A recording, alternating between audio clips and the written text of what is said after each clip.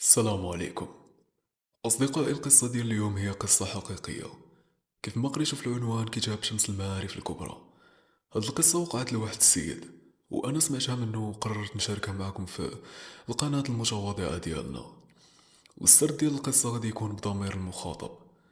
قبل ما نبدا القصة كنبغي نقول لأي واحد كيحاول يعرف شي معلومة على هاد الكتاب يحبس داكشي اللي كيدير، وإلا كان مصر باش يعرف وقادر يتحمل مسؤوليته فشغلو هذاك. المهم، اللهم إني قد بلغت. في هذا العالم كاين شي حوايج اللي ما يقدرش العقل البشري يتقبلهم، وعاد كاين شي حوايج وقعوا اللي حتى شي واحد ما لقى ليهم تفسير. في القرآن الكريم في سورة النحل في الآية رقم 8 كاين واحد الآية اللي عميقة بزاف: والخيل والبغال والحمير اللي تركبوها وزينة ويخلق ما لا تعلمون. إلا بقيتي كتأمل في هذه الآية غادي تدخل في واحد الدوامة كبيرة ديال الأسئلة، ولكن الجواب راه واضح كل وضوح: ويخلق ما لا تعلمون. قصتي غادي تبدا العام اللي فات في شهر 10. كنت متأثر بزاف بالرياضة، وخصوصا رياضة كمال الأجسام. الدراري اللي كيمارسوا هاد الرياضة غيعرفوني شنو كنعني. كنت ديما مهتم بالجسم ديالي وديما لونطرينمون في الوقت. حتى واحد النهار درت مع الدري صاحبي باش نمشيو نجريو في الصباح. يا هاديك، فقت في الصباح وكان نهار الحد. كليت واحد البنانة ولبست حوايج جرا صبر ديال قرعة الماء وخرجت. مشيت عند الدري صاحبي اللي كان سميتو حمزة. خرج عندي ومشينا نيشان للبارك باش نجريو. يلا بدينا كنجريو حتى كيبان ليا حمزة طاح. بقيت كنموت عليه بالضحك. ناضو هو كاعي وكيغوت. قال لي الصبر ديالها تقطعات. وديك الصبر ديالها كانت عزيزة على حمزة. وشحال وهي عنده. قال لي والله لا لحتها بالرب. قال لي يلا تزيد معايا الكوردوني رشيد اللي في الحومة. بقيت كنموت عليه بالضحك وهو غادي كيتمشى بفردة وحده. وصلنا للكوردوني ولقيناه ساد. سولنا الحانوت اللي حداه امتى يحل رشيد. قال لنا رشيد راه مسافر للبلاد وغيجي حتى السيمانه الجايه. حمزه ما يقدرش ما يجريش حتى السيمانه الجايه. كيف ما قلت لكم من قبل انا وحمزه كنا مهووسين بالرياضه. نعتنا داك مول الحانوت واحد الكوردوني اخر. شكرناه وتحركنا عنده. عطينا ليه الصبر ديالنا وقال لنا غدا ان شاء الله ورجعوا خذوها. رجعنا لعندو الغد ليه، ولكن من دخلنا عنده المحل لقيناه مبرزط مع واحد السيد. داك السيد كان كبير، راجل شيباني، وكان طويل ومربي لحية كبيرة. باقي عاقل داك النهار كان صهد بزاف، وهو كان لابس واحد الجلابة سخونة وداير عليه القب. داك السيد كان كيدوي مع هداك الكوردوني فشي حاجة مهمة، وغير من الملامح ديال وجههم باينة باللي كانوا كيدويو فشي حاجة اللي خطيرة. حنا ما وقفنا عليهم وهما يسكتوا. بقى كيشوف فيا وقال لي حتى لواحد الساعة ورجعوا عندي. الصراحة أنا والدري صاحبي ما فهمنا والو. قلنا صافي ماشي مشكل. مشينا جبنا دويرة ورجعنا عنده. فاش رجعنا عنده لقينا داك الشيباني باقي تما، وكان كيغوت وكيبكي. الصراحة أنا ما فهمتش شنو كانوا كيقولوا، حيت كانوا كيدويو بالشلحة. وكيبان ليا الشيباني كيقول شي حاجة للكوردوني، والكوردوني ما حدو كيسمع هو كيبان ليا كيتخلع. حتى لواحد شوية داك الشيباني غادي يجبد واحد الكتاب من تحت الجلابة اللي كان لابس، ولاحو على الكوردوني وقال ليه دبر راسك معاه، أنا غادي نفني راسي. انا وحمزه ما فاهمين حتى شي حاجه. الكوردوني غادي يهز داك الكتاب وغادي يدخلو يحطو لداخل في المحل، وهو غادي كيبان لي غادي وكيقرا القران بالجهد. ما فهمتش علاش دار هكا صراحه. المهم انا ما بغيتش نهبل راسي بهذا الشيء. حطينا ليه 10 دراهم وهزينا الصبر ديالو وطرنا في حالاتنا. حمزه عشيري قال لي بنادم في هاد البلاد فقد القوى العقليه ديالو. انا بقيت غير كنشوف وما جاوبتوش. وصلنا لحومتنا وكلها مشى لدارو. غادي تدوز ليام وليام حتى وصلنا للوقيته ديال القرايه. بدينا كنقراو وكنت محتاج واحد الكتاب، كتاب ديني بصفتي كنت داير شعبة الدراسات الإسلامية. هاد الكتاب كان سميتو صفوة التفاسير. داك الكتاب فاش سولت عليه لقيتو داير 170 درهم، والصراحة أنا ما كانش عندي 170 درهم، وحتى إلا كانت عندي ما غاديش ناخدو. مشيت كنقلب في المكتبة ديال جدي الله يرحمه. هو كان عنده بزاف ديال الكتب الدينية. بقيت كنقلب حتى غادي نلقى واحد الكتاب اللي الصراحه تمنيت كون ما لقيتوش، وكون كاع ما دخلتش للمكتبه داك النهار ومشيت شريت الكتاب. ملي لقيت داك الكتاب كنقرا في العنوان ديالو، كنقرا كتاب شمس المعارف الكبرى. بقيت كنقرا في داك العنوان وكنقول هاد العنوان هذا ما غريبش عليا، فايت شايفو بلاتي. تفكرت فين شفتو. هذا هو الكتاب اللي كنت شفتو ديك المره فاش كنا انا وحمزه عند الكوردوني. الصراحه ما نكذبش عليكم الخوت، من خلال الشوفه الاولى ليا في هذا الكتاب حسيت بلي شي حاجه غادي تبدل في حياتي. بقيت كنقرا وكنعاود في العنوان ديالو وكنحاول نفهم شنو المضمون ديال الكتاب. جاني الفضول وحليت الكتاب وبقيت كندور في الصفاحي ديالو. والحاجه الاولى اللي لاحظتها فاش حليت الكتاب هي اللغه باش كان مكتوب. كانت واحد اللغه غريبه ومعمقه، وكانوا فيه بزاف ديال الرموز، وكنت متاكد بلي هذا الخط ماشي ديال جدي. وكانت كل ورقه من داك الكتاب معها ورقه اخرى فيها الشرح ديال الورقه اللي في الكتاب. يعني الورقه اللي في الكتاب ما مفهوماش، ومعها ورقه اخرى كتبها جدي، حتى تاكدت من موراها بلي جدي هو اللي كان كاتبها. حطها في كل ورقه، وكل ورقه فيها التفسير ديالها. وعرفت بلي جدي هو اللي كان كاتب الشرح ديال كل ورقه من داك الكتاب. وفهمت من بعد بلي دوك الوراق هما التوضيحات لهذوك الرموز وداك الشيء اللي ما مفهومش في الكتاب. قلت مع راسي هاد الشيء غير تخربيق، وبحكم الفضول اللي كان فيا مشيت للبيسي ديالي وحليت جوجل وكتبت العنوان ديال الكتاب: شمس المعارف الكبرى. تما تصدمت الصراحه، لقيت بلي داك الكتاب هو اخطر كتاب في تسخير الجن وتحضير الارواح والسحر. عينيا حلو ودوزت ديك الليله كامله كنقلب. تفرجت بزاف ديال الفيديوهات وشهادات ديال الناس اللي كيقولوا باللي هذا الكتاب هو اخطر كتاب ديال السحر. زدت قلبت وقلبت وفي الاخر خرجت بواحد الخلاصه ان هذا الكتاب محرم شرعا، وفيه شي حوايج اللي اخطر السحاره ما قدروش يتحكموا فيها. ولكن المعلومه الخطيره اللي قريت هو انه كاينين غير 4 ديال النسخ من هذا الكتاب اللي اصليه في العالم، والنسخ الاخرين غير مزوره. والنسخ الاصليه ديال هذا الكتاب مكتوبه على جلد حيوانات اللي ما عرفهم حتى واحد، حيت داروا تحاليل وداروا بحوث على داك الجلد اللي مكتوب فيه داك الكتاب. وداك الجلد ما لقاوش ديال اشمن حيوان، وما قدروش نهائيا يلقاو اشمن كائن عنده نفس الجلد. زائد كاينين شي فقرات اللي مكتوبين بالدم، وعلى حسب ما قريت المداد اللي هو خلق الله تعالى ما قدرش براسو يكتب شي حوايج في الكتاب من شده الفضاءه ديالو. ودوك النسخ الاخرين مجرد تقليد وكيغلب عليهم طابع التحريف وعامرين اخطاء. ولكن السؤال المطروح واللي كنت باغي نلقى ليه جواب هو ان جدي شنو كيدير عنده هذا الكتاب. وخاصكم تعرفوا ان جدي عنده الكتاب الاصلي. الغد اللي مشيت لافاك والتفكير ديالي مشتت ولا غير مع داك الكتاب. والصراحه خاصكم تعرفوا واحد البلان عليا: انا واحد الانسان اللي ما كيعمرش راسو بزاف بهذا العالم ديال الجن والماورائيات. وخا في الحقيقه مذكور في القران انا كنآمن به، ولكن ما كنآمنش بان الانسان يقدر يتواصل مع الجن عبر طلاسم ولا تعاويذ. كيجيني داك الشيء غير تخربيق. وبحكم الفضول اللي فيا رجعت عند الوالده وبديت كنسول فيها. سولتها على الكتوبه ديال جدي. نسيت ما قلت لكم باللي جدي كان امام ديال مسجد.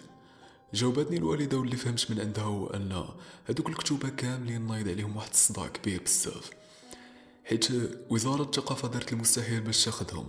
واخر مره كانوا جاو شي خبراء من العراق في 2007 وتصدموا فاش شافوا الكتوبه اللي لقاو عند جدي. شي كتب اللي من العصور الوسطى، كتوبه كانوا بالعبريه والعربيه وحتى الرومانيه، لدرجه ان الدوله عطات للعائله ديالي واحد التعويض مالي كبير غير باش ياخذوا دوك الكتوبه. ولكن كل مره جدي كان كيرفض، ما بغاش يعطيهم ليهم، وكان كيامن باللي داكشي واحد الارث عائلي. بقيت كنفكر وكنقول واش نقرا الكتاب ولا لا، وكنت متردد الصراحه، بالخصوص ملي عرفتو كتاب محرم شرعا. مجرد القراءة ديالو كتعتبر شرك بالله عز وجل. وكان واحد الجانب اخر فيا كيقول تشمن محرم ولا راه عادي الا قريتو، راه غادي نقرا مجرد كتاب، ما غادي نزني ولا نقتل، ما غادي ندير والو، غادي نقرا غير كتاب وصافي. وكنت كنقول مستحيل مجرد غادي نقرا غادي توقع ليا شي حاجه، ما كانتش كتدخل ليا لدماغي، يعني شي حاجه ماشي منطقيه. ولكن نسيت باللي انا واحد العبد ضعيف وما عارفش بزاف ديال الحوايج، ولسوء الحظ ديالي غادي نقرر انني نقرا هاد الكتاب مع العطله. واول نهار ليا في العطله غادي ندخل لبيتي وغادي نطرق الباب، حطيت قدامي هذاك الكتاب وورقه وستيلو. وهذا النهار هذا بالضبط عمره ما غادي يتنسى ليا. حليت الصفحه الاولى ديال الكتاب، واول كلمه قريتها هي الحرق. اوه كيفاش هاد الحرق عاوتاني؟ هذيك الكلمه كانوا مدورين عليها. المهم دزت المقدمه ديال الكتاب قريتها شي 3 ديال المرات تقريبا، وصراحه بلا ما نكذب عليكم ما فهمت حتى شي لعبه، ما فهمت والو من غير بعض الكلمات اللي كانوا بساط. وخاصكم تعرفوا ان ديك اللغه كانت معمقه. وهنا تفكرت دوك الوراق اللي كانوا صغار وسط الكتاب اللي فيهم الشرح. هزيت دوك الوراق وكانوا مكتوبين بقلم الرصاص، وكان فيهم واحد الريحه اللي في شكل بحال ريحه الكافور.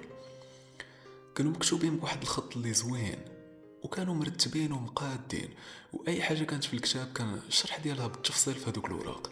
بقيت شي 2 سيمانات وانا كنقرا في الكتاب، وخا في الحقيقه كنت مخلوع بزاف، حيت كنت كنقراه غير في الليل، وبالنهار كنعس وكنقول للدار بلي راه عندي الامتحانات، وكنوجد فيهم وكنبريباري.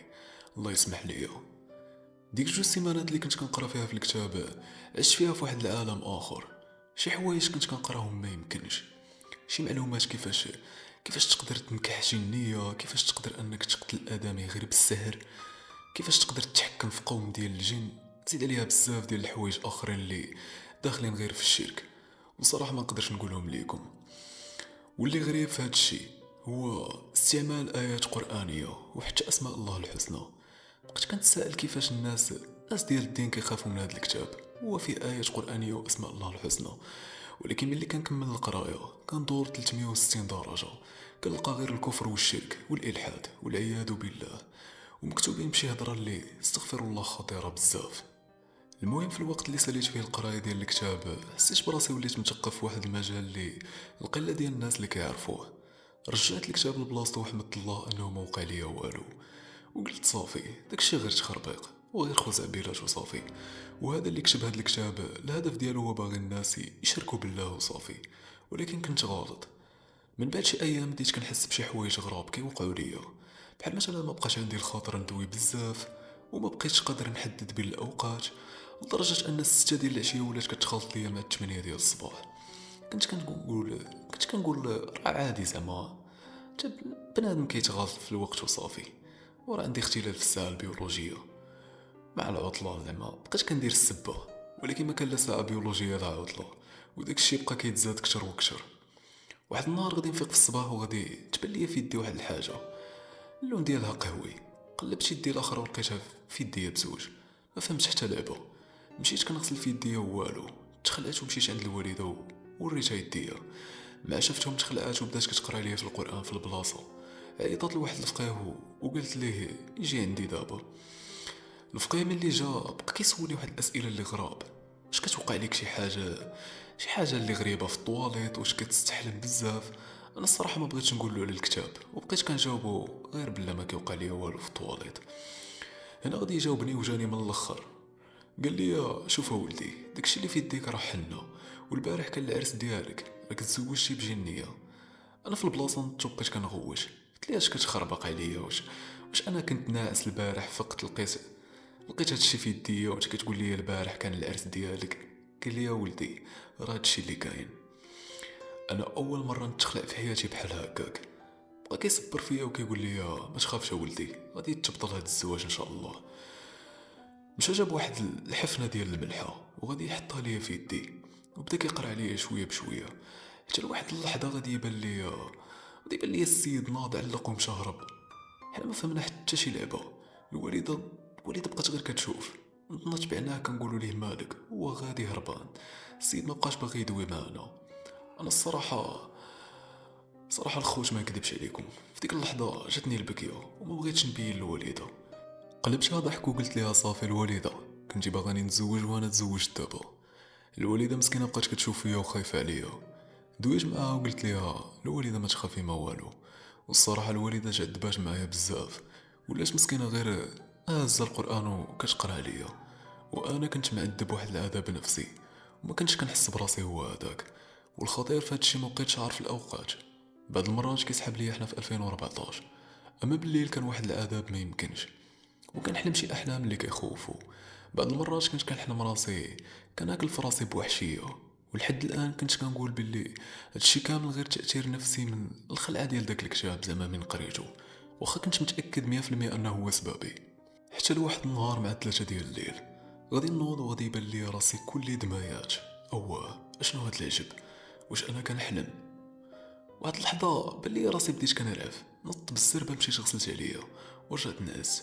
والغد ليه غادي تعاود نفس الفيلم. حسيت براسي بلي راني غادي في الهاويه. هادشي واقيلا غير كنتخيلو ولا غير كنحلم. وليت تقريبا يوميا كنعرف، والقطن وليت ديما كنديرو في جيبي. واحد النهار اخر ضربتني الفيقه مع 3 ديال الليل عاوتاني، وقال لي راسي نوض خرج الزنقه جيب دويره. ما عرفتش علاش ولكن راسي قال لي خرج دير شي دوره. داكشي اللي درت. نوضت خرجت من الدار ويلا جايب ديك الدويره في الدرب، حتى غادي يبان ليا الاساس ديال الدرب. تلاقيت معاه وانا كنت لابس واحد الجاكيطه وداير عليا القب وما كنتش كنبان مزيان، وازيد عليها كان الظلام. العساس كان كيسحاب ليه انا غير شفار ولا جاي باغي نشفر شي طوموبيل. تم جاي عندي كيجري مع قرب عندي يلا باغي نقول ليه لا زعما راه انا غير فلان ولد فلان، حتى كيبان ليا غير بوحدو تهز بواحد النص وتخبط مع الارض. انا ما فهمتش والو ديك اللحظه، واش تعكر وطاح ولا زلق والله ما عرفتش، ولكن داك النص اللي تهز به مستحيل يكون زلق، ولا باين بحال شي واحد ضربو بحال رجهدو. ديك اللحظه تخلعت وهربت. الغد ليه كنسمع الدار كيقولوا بلي الاساس ديال الدرب ضربات اوطوموبيل في الليل وهربات، وانا الصراحه ما قلت لهم حتى شي حاجه، واصلا حتى داك العساس فقد الذاكره وما بقى عاقل مسكين على والو. وهنا الخوت تاكدت باللي تزوجت بجنيه، ولكن علاش حتى لدابا باقي ما شفتها. لا فاك من النهار اللي فقت ولقيت الحنه في يدي ما مشيت ليها، وبالليل كيجوني غير الاحلام اللي كيخلاو والدم فنيفي. حتى لواحد الخميس حلفت قلت صافي غادي نخرج ليها نيشان، حيت قريت في هذاك الكتاب واحد الجمله كتقول يوم الخميس يلتقي قرني الشيطان ويطفو شر عن الايمان، يعني بالدارجه ديالنا الخميس ليله ابليس. قلت مع راسي غير زيد كمل في هادشي اللي بديتي. دخلت لبيتي وسديت عليا، هزيت الكتاب ومشيت نيشان لواحد الجزء ديال تحقيق الاماني. وفي هذيك المرحله كنت نقدر ندير اي حاجه غير باش نتفك من داكشي اللي انا عايش فيه. تما كانوا مشروحين بزاف ديال الطرق، ولكن الطريقه الوحيده اللي فهمتها شويه واللي كانت مشروحه في هذوك الوراق الصغار هي الطريقه ديال الجدول واللي فيه الرموز. تقريبا شي نص ساعه وانا كنقل دوك الرموز للجدول، و29 خانه كتعمرهم باسماء الله الحسنى وبزاف ديال الحوايج اخرين اللي ما غاديش نقولهم باش ما يديرهم حتى شي واحد. المهم اللي ساليت تمنيت، جبت واحد الجنويه حطيتها حدايا وتكيت في الناموسيه. بقيت فايق وكنخمام، وقيلا غير كنزيد نمرض راسي بهادشي اللي كندير، وكنزيد نستريسي راسي بهاد الخلعه. تفكرت شي حوايج اللي كانوا في الكتاب وانا نوض، شعلت الضو، بقيت جالس كنتسنى في الصباح يطلع.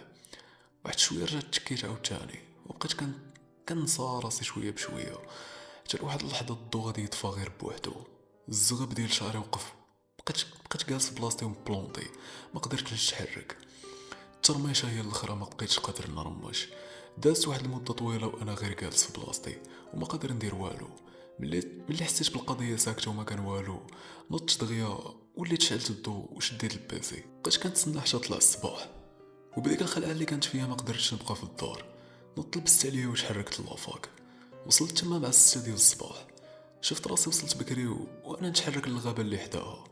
قلت نجلس شويه مع راسي في الطبيعه ونفكر شنو ندير في هاد الحريره اللي انا فيها دابا.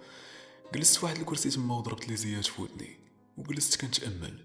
واحد شويه غادي نسمع واحد الصوت بحال ديال شي بنت صغيره. حيدت لي زيات وبقيت كنتصنت وكندور في عينيا، ما لقيت والو. تنويت صراحه. رجعت ديك اللقطه اللي في الديسك اللي كنت كنسمع له وما سمعتش داك الصوت. بقيت كنفكر مين جاي داك الصوت، حتى غادي نسمع سميتي. نقصت من بلاصتي ونضت كنشوف ما كيبان ليا حتى واحد. مع رجعت ريحت في الكرسي غادي نحس بشي واحد عنقني وتيقو بيا الخوت. راه تعنيقه ديال بصح ماشي كنتخيل. ديك اللحظه جاتني هيستيريا وبقيت كنغوت وكنجري. كانت فيا واحد الخلعه ما يمكنش. وقفت غير باش نتنفس، لقيت راسي عاوتاني كنرعف. ما عرفتش واش نمسح ولا ندور نشوف ورايا، ما بقيت عارف شنو ندير. حتى كنسمع تاني نفس الصوت وهاد المره كان في ودني. وديك اللحظه القلب ديالي كان غادي يسكت. والله الخوت حتى بغيت نغوت في ديك اللحظه، ولكن اللغه والو مشات ليا. الدموع بداو كينزلوا ليا غير بوحدهم. بقيت كنقول اعوذ بالله من الشيطان الرجيم. بقيت كنعاود فيها وكنقرا في ايه الكرسي، وانا كنقرا في ايه الكرسي. توصلت لهاديك اللحظه فاش بديت كنقول وسع كرسيه السماوات والارض. حتى كنسمع الصوت في ودني كيكمل الايه وكملها وبدا كيضحك. داك الصوت كان صوت ديال دريه.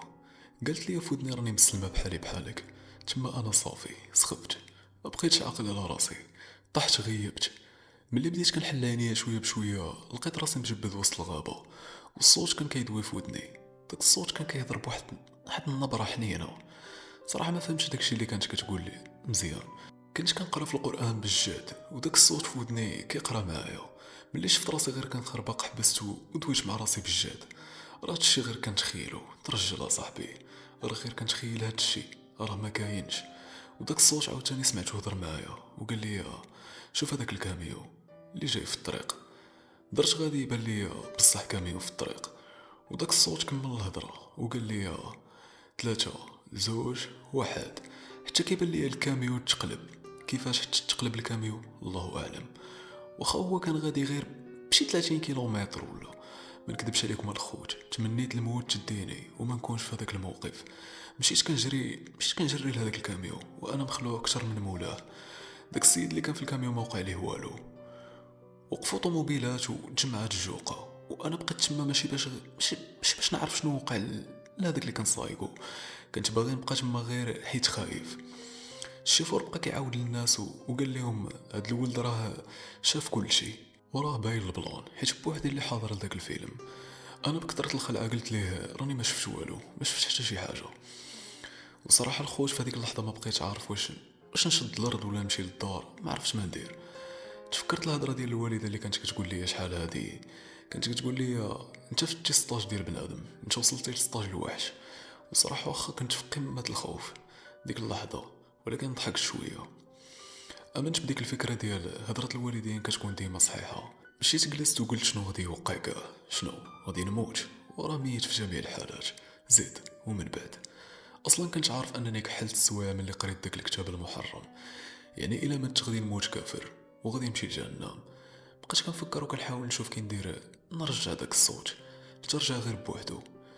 قال لي تيقتي ولا نزيد ناكد لك. انا سكت في هذيك اللحظه وما عرفتش ما نقول. صوتي كان كيبان مخلوع ومع ذلك سولتها وقلت لها شنو بغيتي. قالت لي ما تخافش، مادام انت اللي طلبتيني راه ما غاديش نعاوديك. انا سميتي بهقاء. وقبل ما تكمل الهضره ديالها قطعتها وقلت لها انا راني ما طلبت والو منك، غير بعدي مني. بقيت كنغوت وكنقول لها هاد الهضره.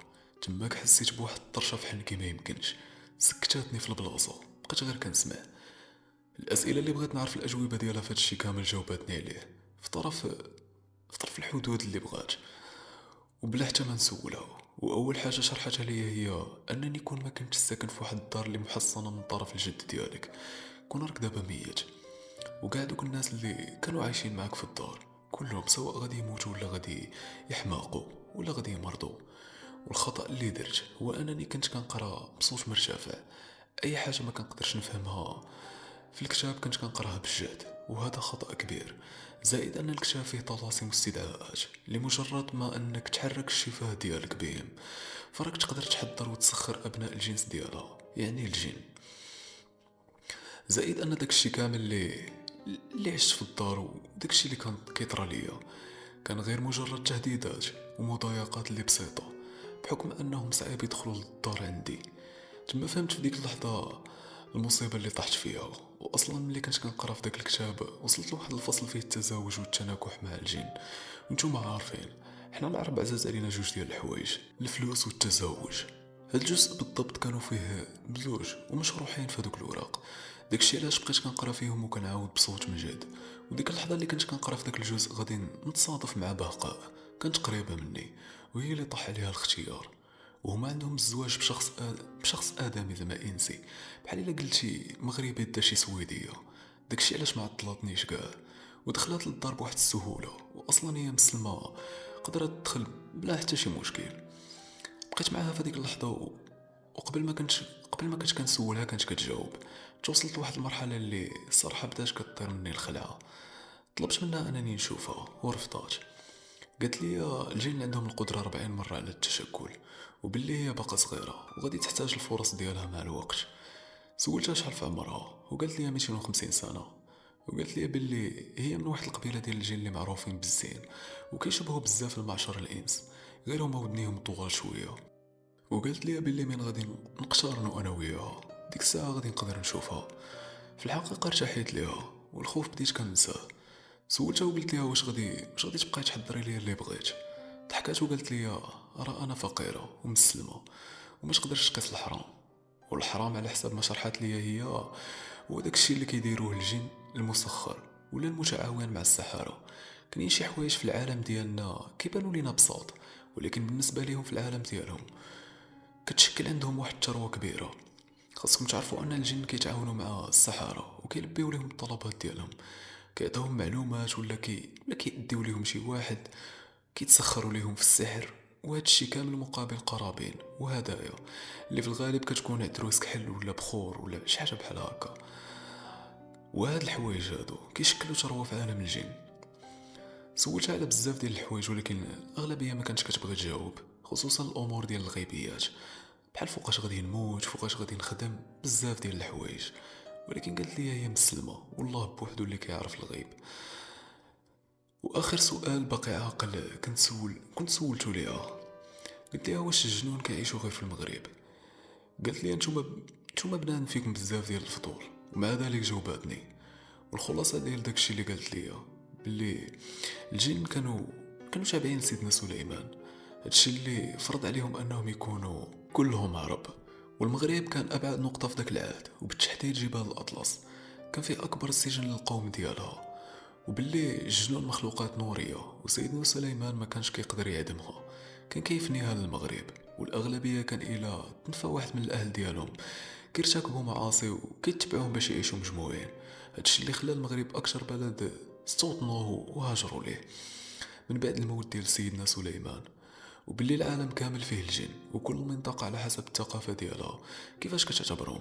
كاين اللي كيعتبرهم اشباح، كاين اللي كيعتبرهم وحوش، المهم كل واحد وكيفاش كيعتبرهم ولا كيفاش كيسميهم. حنا في الدين ديالنا الاسلامي معروفين باسم الجن. وقبل ما تمشي قالت لي باللي راه البارح شافتني شنو درت، داكشي علاش اضطرات انها تخاطبني اليوم. وقالت لي باللي راك استدعيتي واحد من اخطر المرضى وعقدتي معاه اتفاق باش تلبي ليه الطلبات ديالو زائد يلبي ليك طلباتك. قالت لي باللي راه كيبان في الصفه ديال مش كحل، غادي يطلب منك تقول ليه شنو بغيتي في ودنو، وراه غادي يبان لك غير نتايا. انا بكثرة الخلعه اللي جاتني فاش قالت لي هادشي بقيت كنفكر نطلب منه غير يبعد عليا وما نعاودش نشوفو. باقا حسات بيا وقالت لي باللي راه غالبا غادي يطلب منك نجاسه. قلت لها كيفاش؟ هي بحال حشمات تجاوب، وقالت لي مثلا انك تشرب دم الحيض ولا دير شي حوايج اللي الصراحه الخوت ما نقدرش نقولهم لكم. ما نكذبش عليكم، حسيت براسي بحال دخلت في اكتئاب.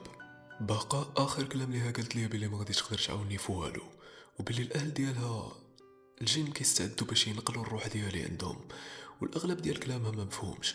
كنت كنطلب منها حاجه وحده هو نشوفها، وكانت كترفض.